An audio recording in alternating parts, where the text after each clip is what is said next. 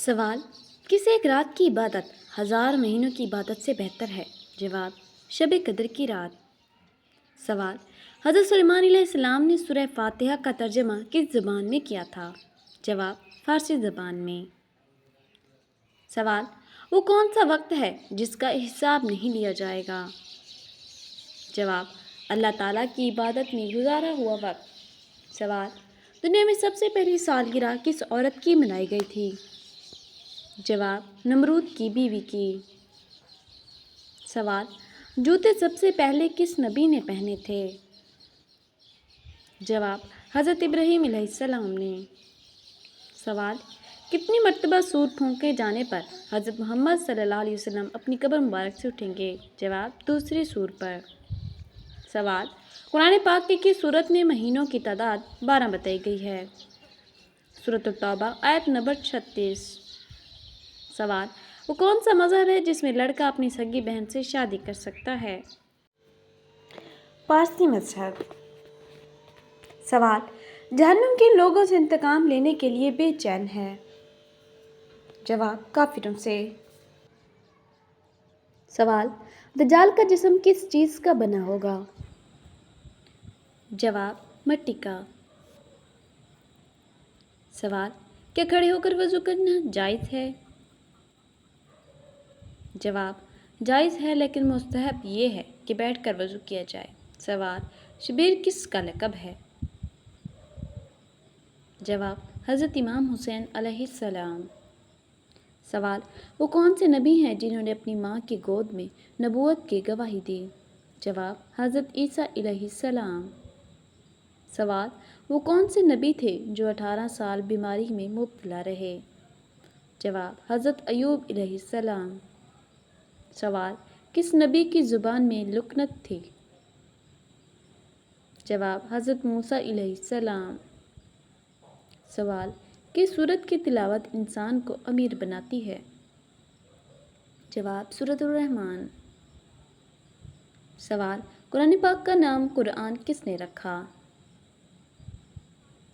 جواب: اللہ تعالیٰ نے۔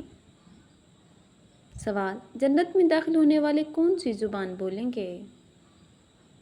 جواب: عربی زبان۔ سوال: ایک حافظ قرآن کتنے لوگوں کو جنت میں لے جانے کا سبب بنے گا؟ جواب: 10 لوگوں کو۔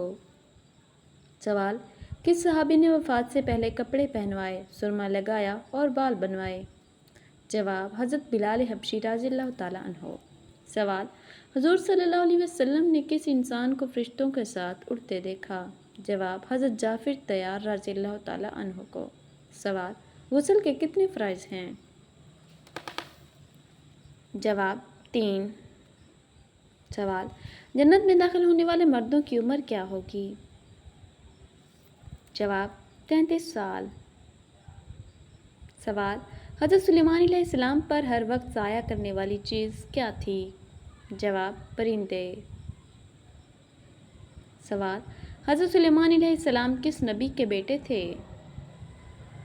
جواب: حضرت داؤد علیہ السلام۔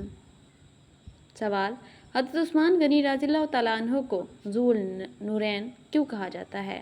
جواب: کیونکہ آپ کے نکاح میں نبی کریم صلی اللہ علیہ وسلم کی 2 بیٹیاں آئیں، ایک کے انتقال کے بعد دوسری سے نکاح ہوا۔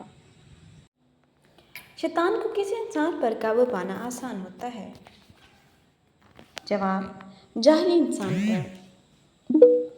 سوال: یاجوج ماجوج دنیا کے کتنے حصے آباد ہیں؟ جواب: 190 حصوں میں۔